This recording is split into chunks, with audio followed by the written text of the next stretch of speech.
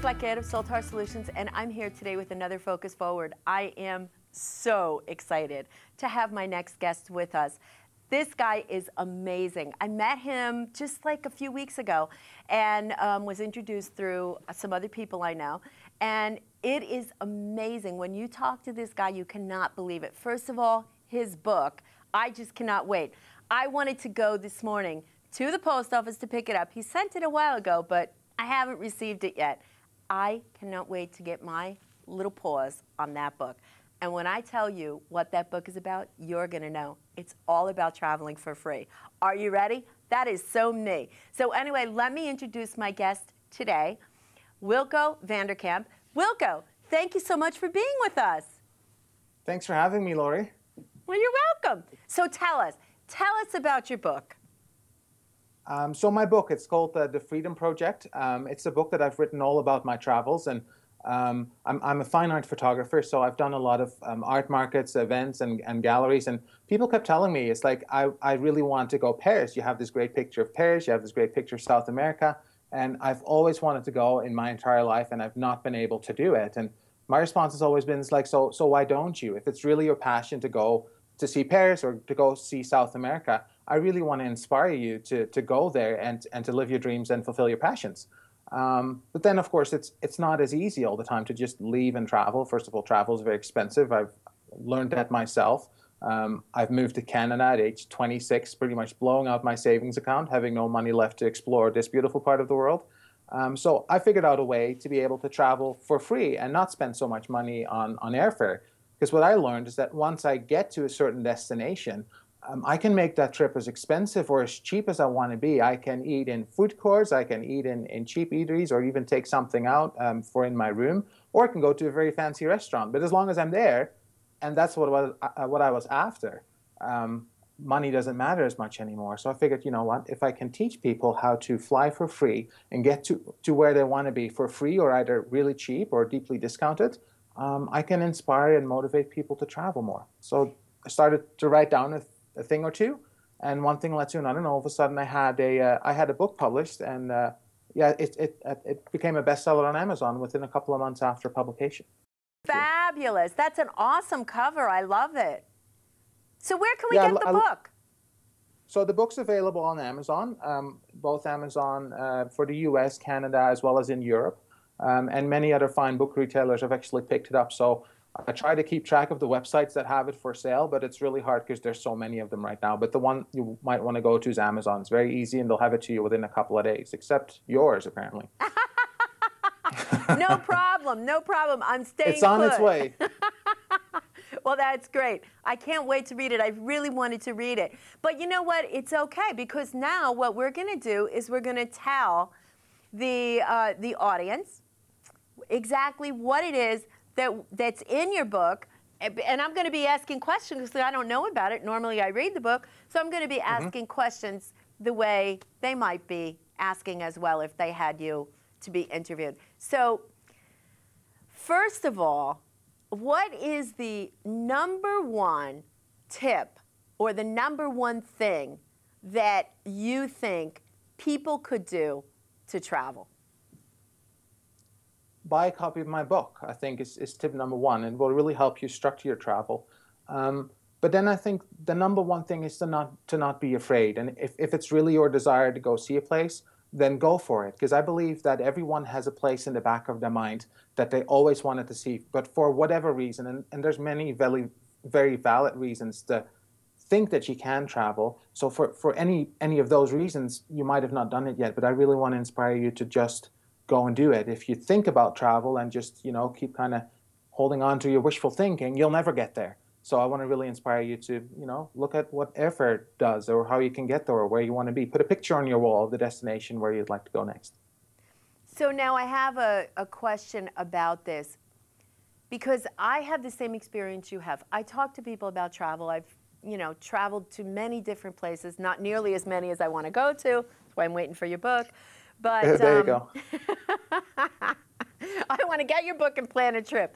But anyway, getting back to the question, what do you think is the #1 thing that holds people back from travel? There's many, and actually, my book is not just about planning a trip. It's also about dealing with some of those excuses, as I like to call them, that hold you back. Whether it's financial reasons, or whether it's a job that you can't get time away from, or whether you think that a popular one is like my wife won't let me, or the children won't let me, or I can't do it for whatever reason I come up with. But there's ways in dealing with all of them. You might be able to plan a trip with the entire family. You might be able to actually get the time off work, because I believe that when I come back from a trip, I'm actually more inspired to work harder and be more efficient. And I've learned the hard way, really, that it's important to recharge your battery and take care of yourself. And for me, travel has been a phenomenal way of doing that and taking care of myself, learning, growing, and recharging that battery. So you don't have a number one thing that you think is holding people back? I think, to me, money is probably a big one, because everybody thinks that travel is expensive. So I remember when I went to New York City the first time, it was on a business trip. And everybody says New York is such an expensive city. And I actually got by on hardly any money, because being a European, I wasn't very familiar with food courts or anything like that. So I loved eating at the food court every night. And if I looked at my total expenses for that trip, that probably saved money compared to staying at home. And I was in one of the most expensive cities on earth. At least that's what it's believed to be. So I think money is a really big holdback, a really big limitation of people thinking like, oh, I can get there. And that's one of the reasons why I do the travel hacking, and why I wrote the book about the airfare for free, because I figured, if I take away that limitation, at least you have no excuse anymore. You can actually get there for free, or for really cheap, for a deeply discounted fare. See, I don't agree that it's the money. I think they say it's the money. I don't think it's the money. I think it's the actual effort it takes to put into doing the planning and doing those things. It's just much easier to say it's the money, because I don't, Exactly. New York, I just got back from New York, and yeah, I spent a lot of money, but not if I would have gone to Tokyo. Tokyo's very, very expensive. Or other places I've been are extremely expensive. So I didn't find New York to be that expensive. The other thing is, New York is so scalable. If you want a $5 meal, you can get it, and it's good, and it's, if you go to an ethnic restaurant, it's homemade. You can do it. Or if you want to spend hundreds on a meal, you can do it very easily in New York at many different places. So I think it's scalable. Other places, I don't find it as scalable. So New York is actually, I find, not that expensive. Transportation is more expensive, and some of the things that you can do. Minneapolis is very cheap when it comes to things like art and cultural events, but New York could be more expensive for things like that. But no, I don't find it that expensive. But I think a lot of people, the effort that it takes to actually travel, and they'll give you a lot of different excuses why I can't afford it, I can't get the time off work, exactly what you said. I can't, I have kids, young kids. One of my clients traveled around the world with 2 children, actually, and one of them was only 3 months old. So, wow. Yeah, a 2-year-old and a 3-month-old, and they traveled around the world. I think they went to 50 different cities or something. And they spent a while doing it, but I mean, you can do it. You can absolutely do it. But it's the messages, the voices we ourselves have that prevent us from doing it.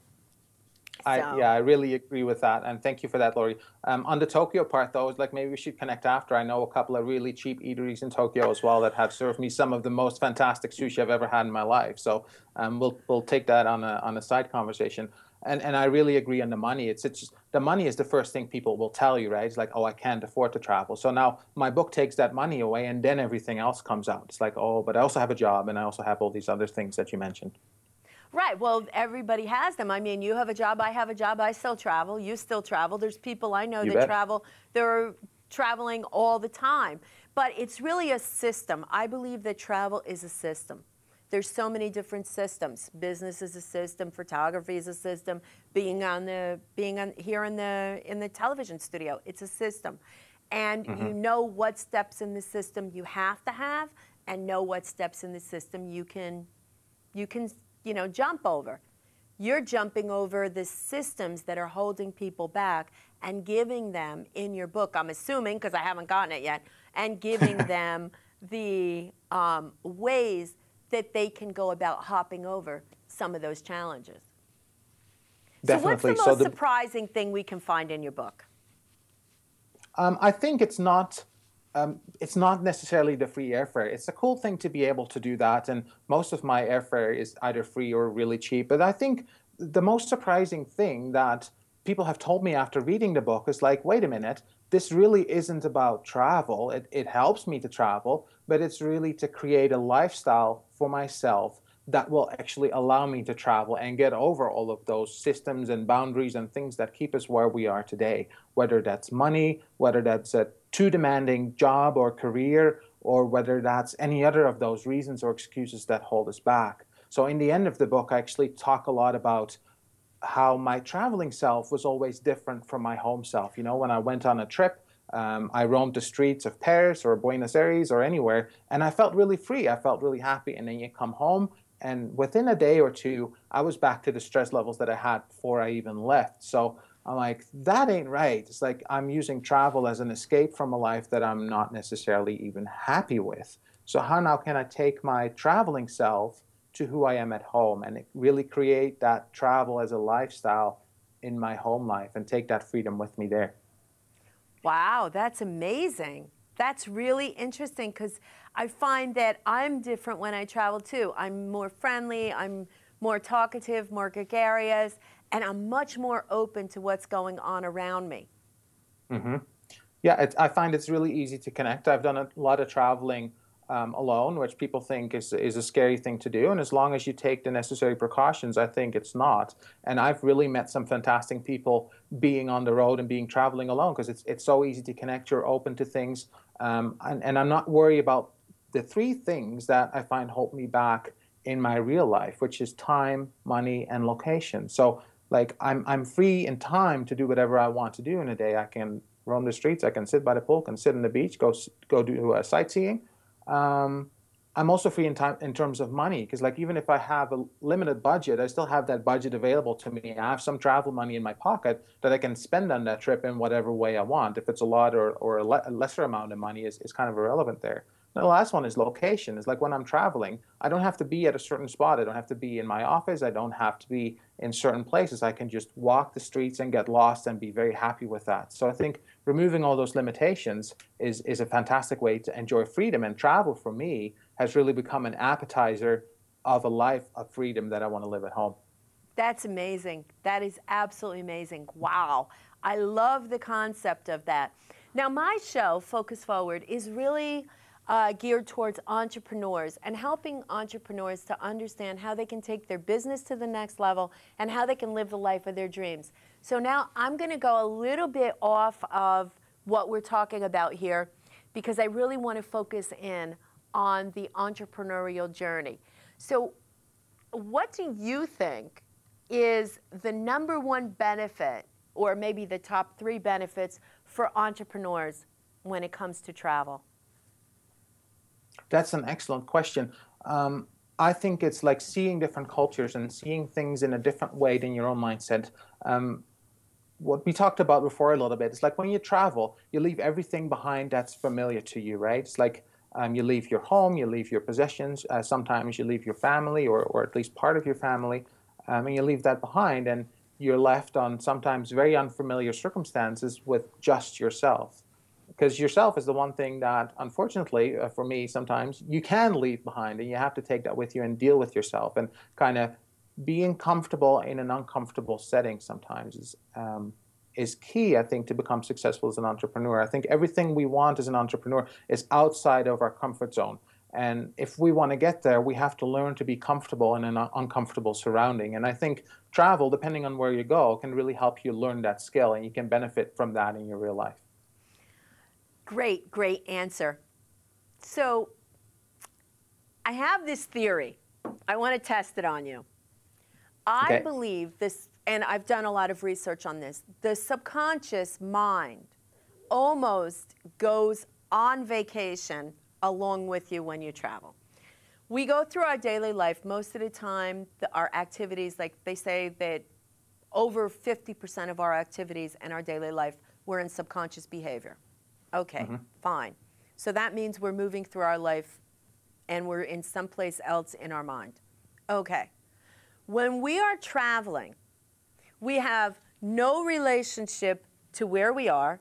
We have no relationship often to the language, to the smells, to the food, to the people, to the total environment. The things that we normally do in our daily life are totally thrown out the window. We can't do them. We can't follow that because we're in a completely different place. What I've noticed is that in that point that the subconscious mind is almost away because it doesn't have the reality that it's used to, now it has to absorb new things, that's a great time to learn. So when I noticed that I take like language immersion, when I was in Italy and I studied language in Italy, everything became so clear. I learned to understand Italian much more quickly than if I would have done like a Rosetta Stone or something like that, which is fabulous. It's not that Rosetta Stone isn't good, but it's that immersion. So what do you think about that, having traveled to so many different places? What do you think about your ability to learn while you're traveling? Oh, it's easy. I love when I travel. I love to not be a tourist, but a traveler. And I talk about the difference in my book a little bit. And to me, when I travel, I like to pretend I'm living in a place and really familiarize myself with what's going on and be able to act like the locals do, eat where they do, and have my morning coffee where they do. So it's almost like I'm living there and really soaking up as much as I can from that culture and from being in that environment. And I think the subconscious mind really helps with that too. And I believe that busyness kills creativity. So like we fill our calendars with activities from early in the morning to sometimes very late at night and running from one thing to another, keeping our minds so busy that we're not really able to do what we're passionate about. And I think travel is one way to clear out all that busyness out of our lives and free up that subconscious mind to soak in whatever it is that we want to learn, whether that's taking on a new language, living a different lifestyle. We can do whatever we want to do. Well, that's absolutely true. I notice the difference when I'm at business on the beach, when I take my clients to like Dominican Republic. We've gone to Dominican Republic. We're going back. It's an amazing experience. People get there.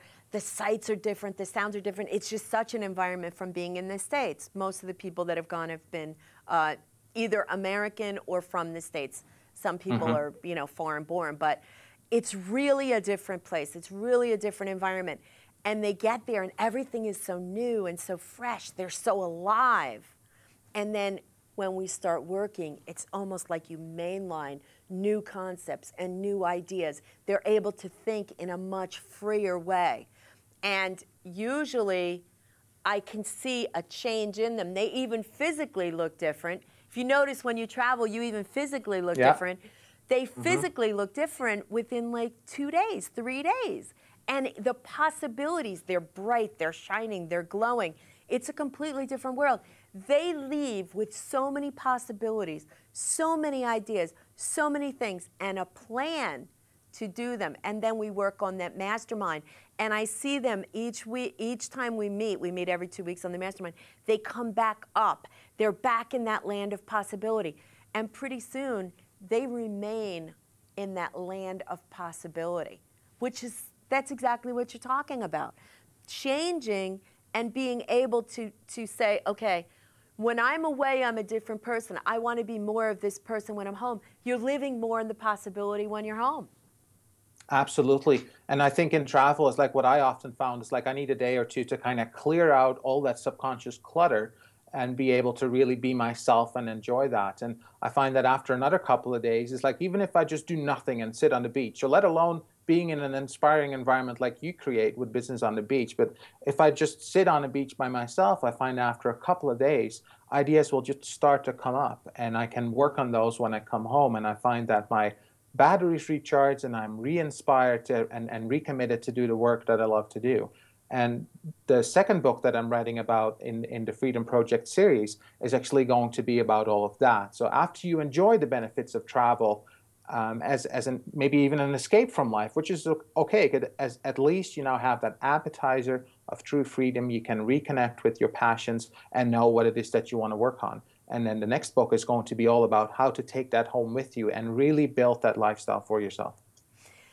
It's interesting because normally I spend a lot of time on the plane because I'm not just usually flying a 2-hour flight. For me, it could be like 12, 14-hour flight. It's not a problem. And what I notice about my plane ride is I plan the plane ride to be the transition time. So when I get on the plane, I have things that I'm going to do that are going to transition me through that flight. So often a 14-hour flight doesn't bother me because I have planned that there's certain things that I'm going to do within that flight. I'm comfortable, I'm happy, and I'm positioning myself for an amazing landing, for an amazing time at my destination. So that's what I do. And often, whenever I can, I fly first class. So when you're flying first class, it's a completely different, it's a completely different trip than what they're having in the back. But when you're able to do that, that's another thing because it becomes your luxury transport as opposed to a crammed-in flight. Yeah, so there's thank ways you so much. I'm sorry, go ahead. Sorry. Thank you so much for bringing that up, because to me, we often call those days to get to the destination a travel day. And to me, it's not a travel day. It's the first day of my trip or the first day of my vacation. And I even start sooner than the plane ride. I start with the cab ride or the ride to the airport. To me, is really almost a cleansing experience where I leave behind everything at home and I get to the airport. And obviously, there's a little bit of hassle with security these days. But once you get through that, I like to treat myself to a business lounge. And sometimes you can get in by paying a little fee to just be in that peace and quiet and in a nice luxury setting. And what I talk about in my book, it's not just about free economy fares. It's like one story I share in there is that when I went to South America, I paid about $150 on that flight, which was the taxes, because sometimes I choose to pay the taxes. It's just easier that way. And when I got to the check-in lady, she asked me, do you want to upgrade to business class for $135? I'm like, definitely I want to do that. So for about $300, I flew all the way from Canada to South America and in business class. The guy sitting beside me, he was ranting and raving about the fact that he had paid over $3,000 for that same seat. So I hope that he's watching the show and that he's able to pick up a copy of the book, because I felt kind of bad for him, obviously. Yeah, that's great. Yeah, I was able to do the same thing where I just paid, I think it was a little more than that. I think it was like $170 to fly first class, and it was like completely different. It's fabulous. Oh, it's so worth it. Yeah, it's fabulous. so worth it. I've flown to Amsterdam. I've flown many different times. I've Thailand. You fly to Narita and then you fly out of Thailand, and also Australia. So those long flights, if you can get that, it makes the whole flight completely different. So you know what? Our time is really, I can't believe it. It feels like I've only been talking to you for 5 minutes. But we only have a few minutes left of the show. Now it's time for me to hold your feet to the flames. Don't hate me after this, but I need 3 specific things, 3 specific tips that you could give the viewer right now on how they can travel for free. Okay, so I won't hate you, Lori. I love you. Thank you very much. So the first thing, obviously, is to buy a copy of my book. Go to Amazon or freedomprojectbook.com and pick up your copy and learn how I structured my travel and how you can implement that in your own life.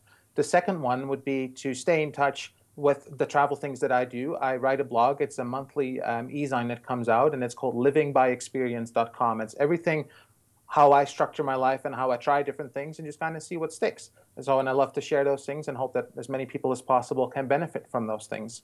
And last but not least is maybe a few words of inspiration. Is like, again, if you have a destination in the back of your mind that you've always wanted to go to, I really want to encourage you to find out ways how to get there and how you can find the time, the money, or whatever it is you need to get there to fulfill your dreams and live your passions. Because in the end of it all, that's what this is about. Well, that's great. Thank you so much. The other thing I just want to say, I want to warn everybody, when they start traveling, it becomes an addiction. And all you can think about, when I normally, when I'm on my way back, I'm on the plane, my plane ride back, I'm planning my next trip. So that's another thing, just to warn people that when you start, it's hard to stop. So thank you so much for being on the show today. I really can't wait to get your book. I cannot wait. And maybe you'll come on again after I've read your book and maybe after I come back from Business on the Beach, and we can talk some more about it. Maybe even talk a little bit about your upcoming book. I would love to, Lori. Thank you so much for having me and allowing to share some of my message. It's really my hope that I can inspire people to travel, and you've provided a great way for me to do that. So again, thank you very much. And if I have the chance, I'd love to be back for sure. All right, excellent. Thank you. So that's Lori Flaquer here at Focus Forward. And was that a great show or what? I knew he was going to be fabulous. I wanted to get him right on the air for you so you can all start traveling for free. So absolutely pick up a copy of his book. And join us at Business on the Beach in Dominican Republic, May 3rd through the 9th. We're going to be focusing on book marketing and media training. So you too could have a show like this. So thanks so much for tuning in. You have a great day. Bye-bye now.